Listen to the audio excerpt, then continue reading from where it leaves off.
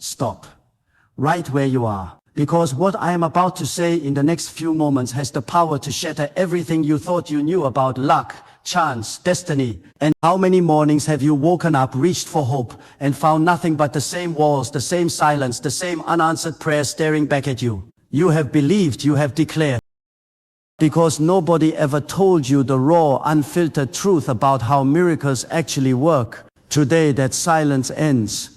What I am about to hand you is not a trick, not a technique, not hollow motivation, so unbreakable that the moment it moves from your head into the marrow of your heart, your life will never recover from it. And I mean that in the most glorious way possible. The lottery of life has never, not once, been about you finally learn to activate it. The world around you has no choice but to bow to your inner reality.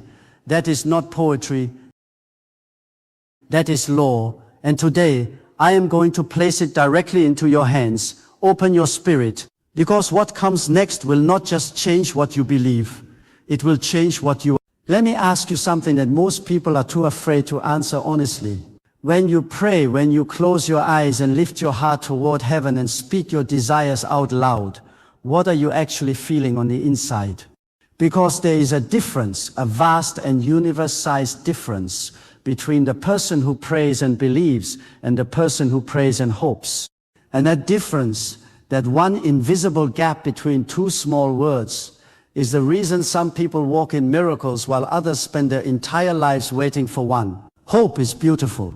Don't misunderstand me. Hope is what keeps a man standing when everything around him is falling.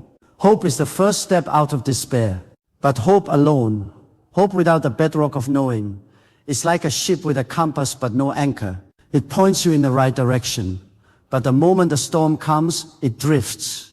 And most people have been drifting their entire lives without even realizing it. They pray with their lips but doubt with their hearts. They declare victory on Sunday and confess defeat by Monday. They speak abundance into the air and then whisper lack into their pillows at night. And they genuinely wonder why nothing changes. Here is the truth that will either offend you or free you. God does not respond to desperation. He responds to faith. And faith is not hoping something will happen. Faith is knowing it has already happened.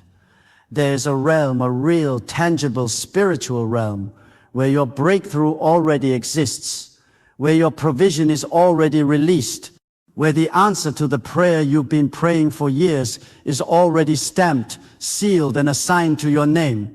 The question has never been whether God is willing. The question has always been whether you are ready to receive it. And you cannot receive what you are still begging for. Think about this.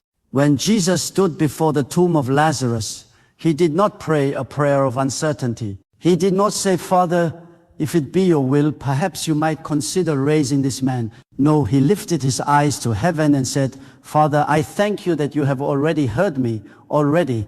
Past tense, before a single stone was rolled away, before a single breath returned to that cold body.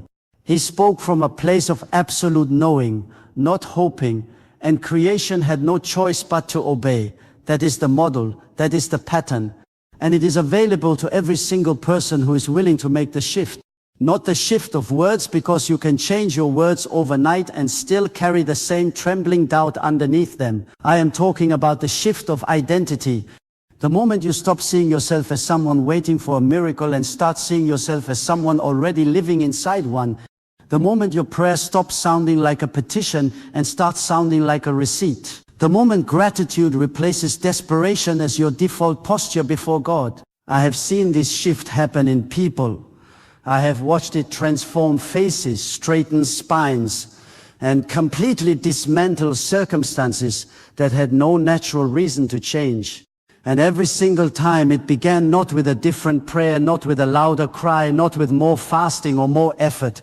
It began with one quiet, earth-shaking decision made somewhere deep in the human spirit. The decision to stop hoping it would happen and start knowing it already has. That decision is available to you right now, in this moment, as these words land in your heart. I want you to think about something for a moment. Before this world had a single mountain, before the oceans had their boundaries, before the first star was hung in the darkness of space, there was nothing, absolute nothing. No matter, no form, no visible thing of any kind. And then a thought, a word, an intention released from the consciousness of the Almighty.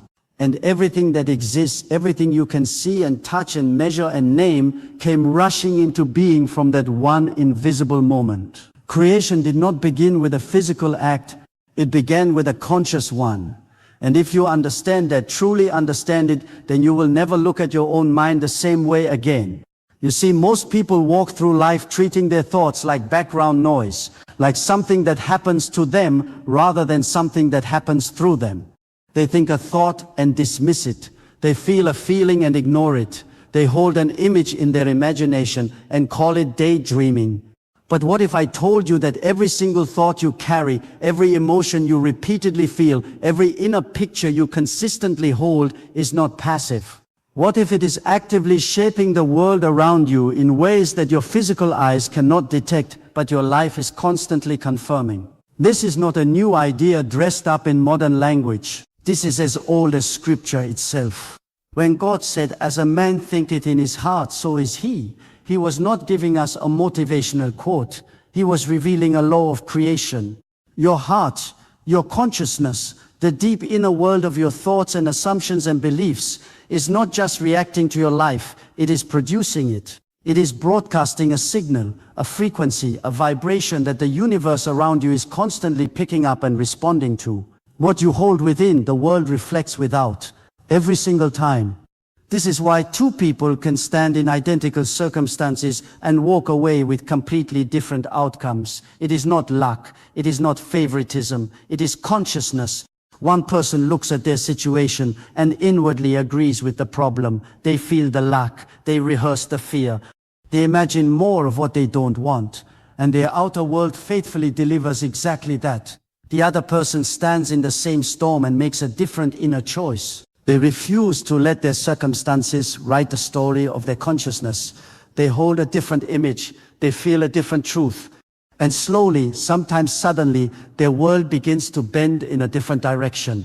The lottery ticket is not the miracle. Your consciousness is the miracle. The numbers on the paper are neutral. They carry no power of their own. It is the state of the person holding that ticket, their inner atmosphere of faith or fear, abundance or lack, knowing or doubting, that determines what those numbers do. This is why some people can win and lose it all within a year, and others can start with nothing and build something that lasts for generations. The external prize always finds its level. It always gravitates toward the internal reality of the person carrying it. So the question you must ask yourself is not, what do I want to attract into my life? Stands in the face of every contradicting fact and declares what God has already said, louder, stronger, and with greater certainty than the voice of logic has ever spoken. This is not recklessness. This is not ignorance. This is the highest form of intelligence available to a human being, because faith understands something that reason never will. That the visible world is not the real world. It is the shadow of the real world. The real world is the unseen realm where God's word is already established, where your breakthrough already has your name on it, where the answer to your prayer was settled before you ever opened your mouth to ask. Faith simply reaches into that realm and pulls what already exists there into the world that your eyes can see. And the moment you stop letting reason have the final word in your life, the moment you decide that what God says outweighs what your bank statement says, what the doctor says, what the economy says, what your history says, that is the moment everything begins to shift. Most people live their lives in a perpetual state of pursuit, always chasing, always reaching, always straining towards something that feels permanently one step ahead of them. They set their eyes on a destination and spend every waking moment trying to close the distance between where they are and where they want to be. And there is something noble in that hunger, something admirable in that drive. But here is the problem. The very act of chasing something confirms deep in your subconscious that it is still out there, still distant, still not yours. And as long as your inner world is organized around the feeling of not yet having it, the universe will faithfully keep delivering that exact experience back to you. More chasing, more reaching, more distance. The greatest spiritual secret I have ever encountered.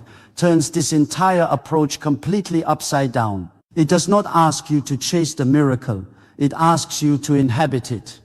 Not to pursue the life you desire, but to live from it. To stop standing at the beginning of your story looking anxiously toward the ending, and instead place yourself inside the ending. Feel it, breathe it, walk around inside it as though the walls are already real and the furniture is already there. This is what the greatest men and women of faith have always done. They did not pray toward their victory, they prayed from it. They did not worship God hoping He would eventually show up.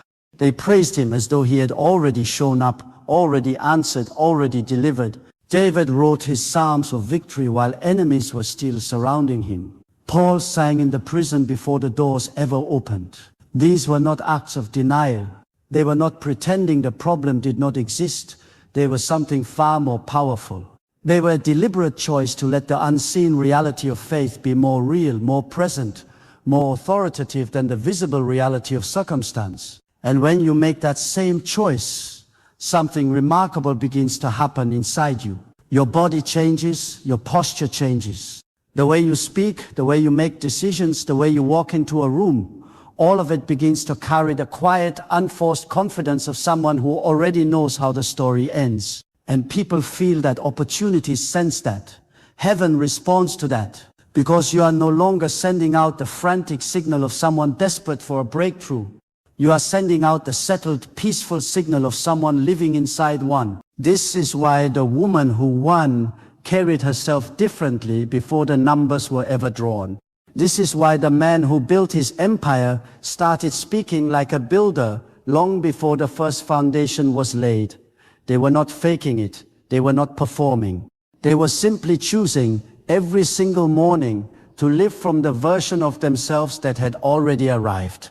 And life, God's faithful, precise, immovable law of creation, had absolutely no choice but to catch up. The word chance is one of the most dangerous words in the human vocabulary, not because it is offensive, not because it is vulgar, but because it is a lie dressed up as wisdom. It sounds humble, it sounds realistic, it sounds like the reasonable thing to say when you don't understand why some people prosper and others don't, why some prayers get answered and others seem to dissolve into silence. But every time you surrender your expectation to chance, every time you shrug your shoulders and say, well, it's all just luck, you are handing over the steering wheel of your destiny to something that does not exist.